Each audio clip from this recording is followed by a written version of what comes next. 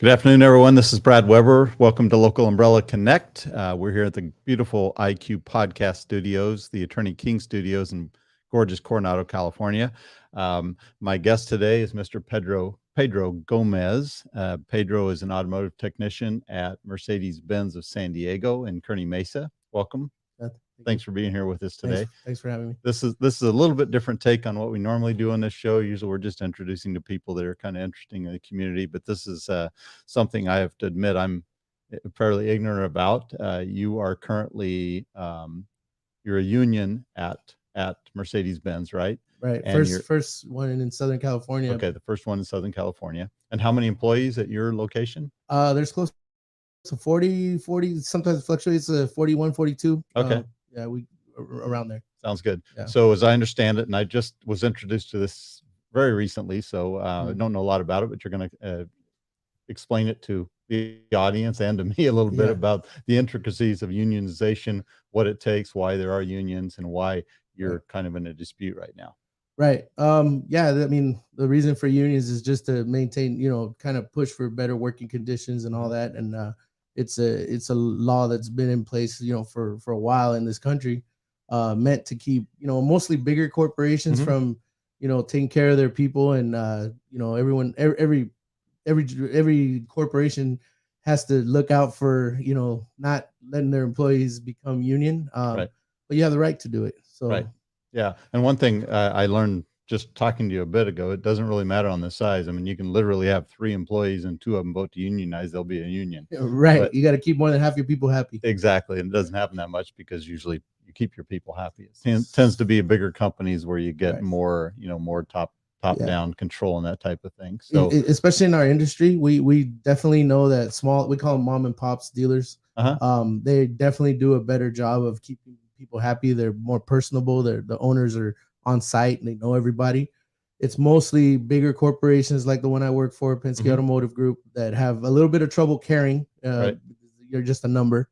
So those are the ones that are more susceptible to be unionized. Got it. So full disclosure, we're only going to have this side of the story because you're only our guest, but we want to hear your side of the story. And so tell us why you've been on strike 27 days, I think you said. Since the 17th, I lose count, but it's about there, yeah. Since June 17th. June 17th. And we're July 13th now. So almost we're coming up on a month pretty quick, and you've been out with the picket line. So tell us what, about your past unionization, what the issues are, why you're striking, and tell us a little bit more about what's going on there. Yeah, we're mostly on we're an unfair labor practice strike. It's very different than an economic strike. In other words, the reason we're on strike is not because we didn't get enough money. We're negotiating money. We're not done negotiating with the money, but there's been a few rules and laws that have been broken during the negotiation process and slightly before we even started negotiating, that kind of was meant to put us at an unfair disadvantage and more of an intimidation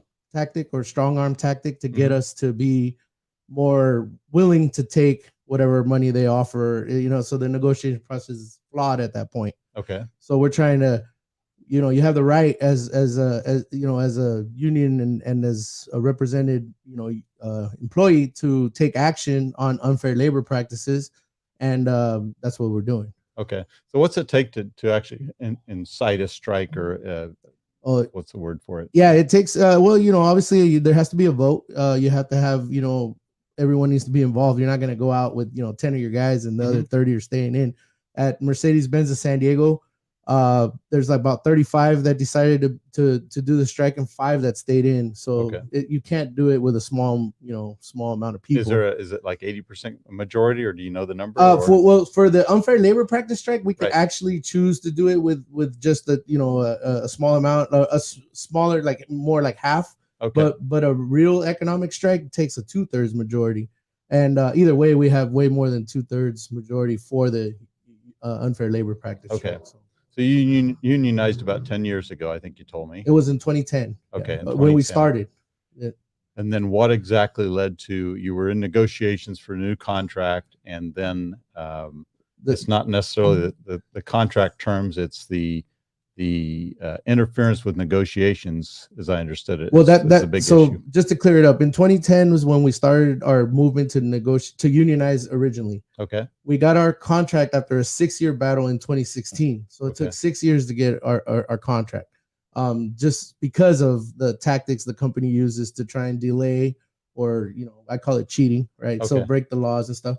But now fast forward to 2022, we're on our second, we're negotiating for our third contract, because it's 3-year contracts. Mm-hmm. And then the company started breaking the laws again.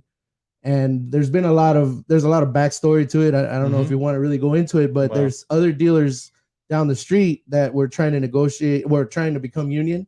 And during their negotiation process, a lot of these rules were also broken. People getting fired, people getting put on final notices, all strong arm tactics to stop them from being, getting a contract. Okay.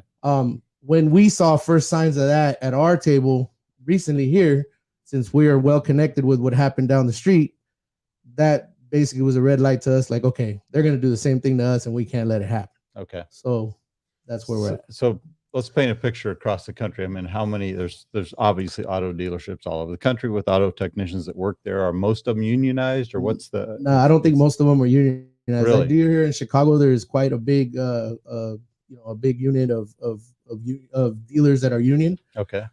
Northern California has a few. I would not say most in the country, though. Okay. How about San Diego County? Is it San Diego? There's only Kearney Mesa Acura and Mercedes Benz of San Diego. Really? Okay. That's all. Yeah. Okay. Which Kearney Mesa Acura, we see the same tactics starting already. They're starting to try and bribe the people there to decertify their union. Okay. So it's definitely a Penske Automotive Group, wide stance against unions. Okay. So your big beef is don't interfere. If we want to unionize, let us unionize. Follow the rules, that type of thing. And that's not what they're doing. Right. If you were to read the laws, right, the NLRB and the National Labor Relations Act, when it comes to unionizing, you are literally, it's up to you as an employee. The management doesn't have a say yes or no. So yeah, we're trying to just stay out. Their job is to stay out of it, and if employees want it, they get it. Well, their job was to treat people right in the first place, so they wouldn't want it, right? Yeah, but that's always there's always disputes. But if employees don't feel that's happening and they want to unionize, it's basically hands off. You cannot get involved with the decision to form a union or not. Right. It's between all the employees. To the point where you can't even interrogate people. You can't even sit them down and say, hey, Bob, why do you want to be union? And are you sure? And what about, we were family before, but you can't even do that because that's intimidation. You know what I mean? So there's laws that are pretty strict about this. Problem is, the National Labor Board doesn't really have, first of all, it's not fast. Second of all, it doesn't have much teeth. It can't impose fines or anything. All it really does is say, hey, Mr. Company, you're doing the wrong thing. You know, so the corporations have learned that, and this is going on everywhere, right? You got Amazon, you got Starbucks. The corporations have learned to do whatever they have to do to kill the movement and deal with the consequences later, because the consequences are so small. Because they're bigger, they have more wherewithal they know how to play the game. Yes, they also can last longer than employees. They'll get frustrated, broke. Yep, exactly, tired, exactly. Yeah, it's demoralizing. It's demoralizing. You start to feel like what's the point of having the right or the rules if no one's following them? Yeah. So that's why we're doing what we're doing, and I don't think the corporation expected this. I don't think the corporation expected that the Mercedes Benz of San Diego technicians were going to stand up and fight. Yeah. So. Big so what's surprise. The next step? You've been out there 27 days on the picket line. What other than telling people about it and making sure people are aware? What's tomorrow and the next day hold for you? We do have negotiations tomorrow that I have not heard they've canceled, so that's good. Maybe we get to the table and maybe they're going to rescind some of the stuff they've been doing, and maybe they're going to start talking about, hey, what are you guys so upset about? Why are you on the street?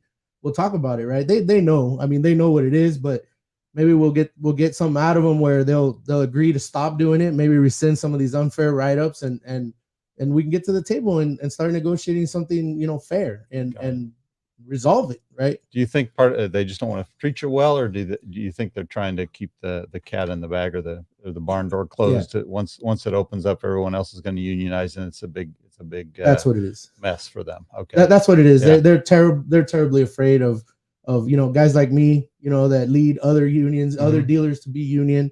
Yep. They're terribly afraid of having to treat people better and all that, and being forced to like actually follow the laws and pay correctly. They're afraid. Yep.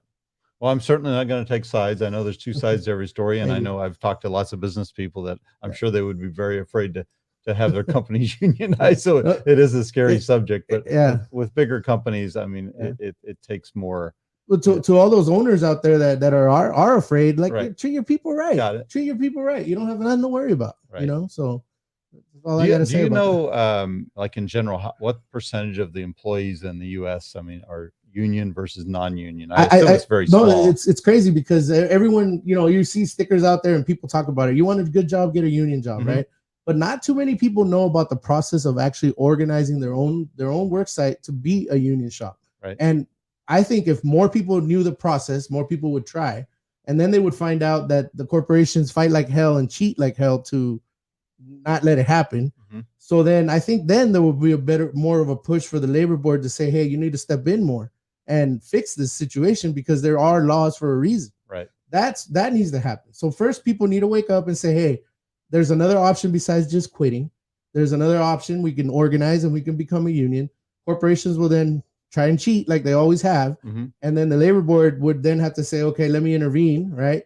And the more that happens, the less they get away with cheating. Right. And then maybe they'll learn how to treat people right. So that would be their option. Gotcha. Yeah. So that's what I'm hoping for. So is there anything people can do if people are watching this other than listening and yeah.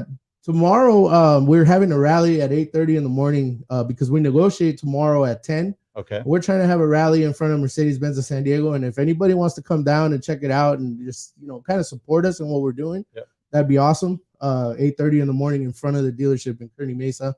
I think everybody can Google the address. I think it's 4750 Kearney Mesa Road. It's actually close to Balboa Avenue and Mercury Street.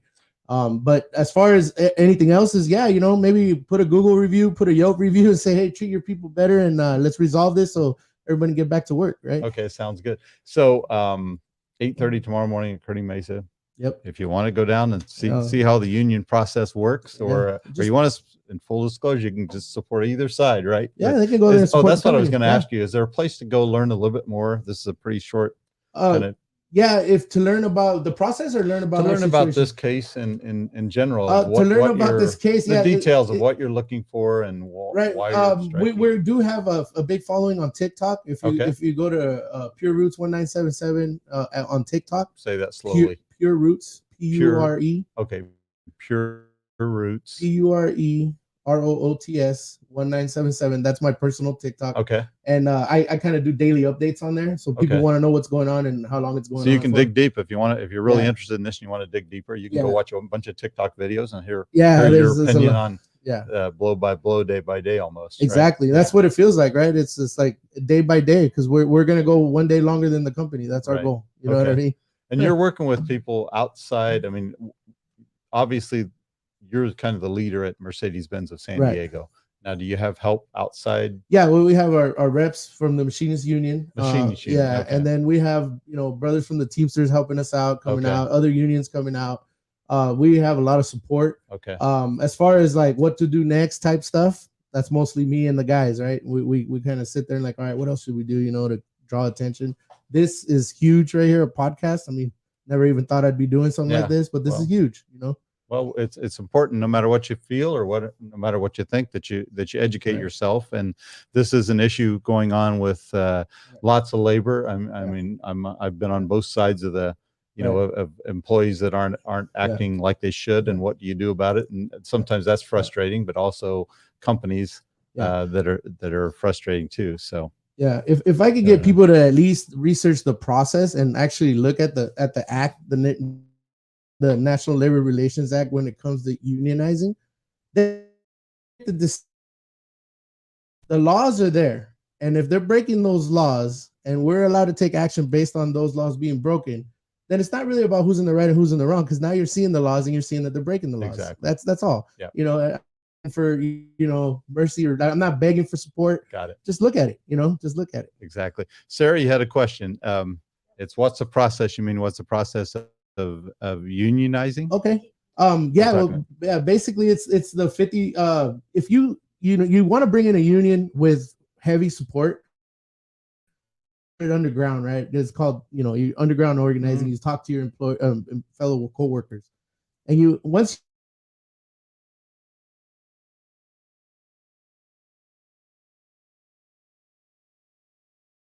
a union does it is we personally walk to the boss and say, hey, we want to be a union, and we don't hide. Other unions just do it like anonymously, right? Where they just fill out some cards, send it to the labor board, and then the boss gets it in the mail like, oh, it's too late now. It's too late now, right? So we don't hide like that. So, but bottom line is, once you do the petition that you want to be union, the labor board will then hold an election. If the election is 50+1, you're a union shop, you're certified. But then the hard part is getting the contract. You have to sit down and negotiate with the employer, and that's the hard part. Okay. It's kind of easy to win an election. It's kind of not so easy to get a contract. So just by unionizing doesn't mean a whole lot, other than we're just union. We have some power here. We have a group. We have some people behind us that can negotiate better terms and things, other than individually. Right, because individually it's too easy to blow somebody off, or take care of one guy and not 20 others. Right. So it is definitely a force to be reckoned with when you're standing side by side with your brothers, and you're trying to get something that's good for all. Got it. It's a lot fair, and it's just a bigger force to be reckoned with. So. Well, I appreciate you sharing all this with me. It was kind of enlightening to me. Not only I never really thought about it, hear about unions all the time, good and bad, but there's like everything. There's two sides to every story, but obviously this side of your story, you feel you've got some things to work out, and you've armed yourself through the system with some power, and you're on strike, and they're going to come to the table tomorrow, and hopefully tomorrow make some progress, and you get back to doing what you love to do, and that's fix cars, right? Yeah, well, here's hoping that's how it goes down. We're ready for it to not happen that way, but if it does happen that way, great. So what happens back tomorrow? You're negotiating at 10 o'clock. 10 o'clock in the morning, and we'll probably know if we're not out of there by if we're not out of there. If it goes wrong, we're going to be out of there by 10:30 and nothing happened, right? But if we're negotiating, we'll probably get something resolved. And the public isn't privy to details. This is all closed door sessions. I mean, you can't go to the press like this and say, here's what happened today. Here's what we said. I guess I could if they interviewed me, but it's not like the normal situation. Right. But I would probably share on my TikTok like, hey, this is what happened. This is we got it resolved and we're good, and this is what happened, or we're still fighting and nothing happened. Either way. Well, thanks for being here today. I wish you well. Thank you. And Pedro will be down at Kearney Mesa, Mercedes-Benz at 8:30 in the morning. Every day. But tomorrow morning's a big day because they have a meeting there. So if you support Pedro and what they're trying to accomplish, go to TikTok, learn a little bit more about it. And if you become passionate about it enough to show up and support. Yeah, that'd be awesome. Well, I do have a lot of people showing up. They just on their way to work probably. They pull up. They're like, "Hey, I saw you on TikTok. Keep it up." That's awesome. And I know I asked you this before. If people want to get their car fixed right now at Mercedes Benz of San Diego, they're in trouble, right? I've been hearing. So I have friends that are calling it to try and supposedly schedule appointments. I've been hearing late October is when they're going to get their car looked at for pretty simple maintenance. Got it. So yeah, it's definitely an impact on the company. So if you're driving a Mercedes out there, you want this thing to get fixed too. And we're actually worried that we're doing too great of a job that we might have trouble getting customers back once this is resolved. Well, that's true. And I know there's a labor shortage, including in Europe. So it's not like you can take your car somewhere else right now either, because if you can't get in there, it's just the already minimal amount of people like you out there working on cars is further diluted. Right. Yeah. Now. Maybe when this is over, you can invite me back so we can promote business back into the company. Because right now I'm promoting no business go to the company. Every dispute is hey, we got together and we're all one happy family now. So we all hope that's the outcome. So thanks, Pedro, for being here. I wish you well. Thank you. That's our show. If you want to show up tomorrow morning, you know how to go research it now, and you know where to go. Show up and support. And that's our show, Local Umbrella Live. I want to thank our sponsors, Attorney King, of course, Aquan Casino, IB Fitness, and Nikki Rottens. Thanks for supporting the show. Without the sponsors, we wouldn't have a show. Thanks for viewing, and we will see you next time.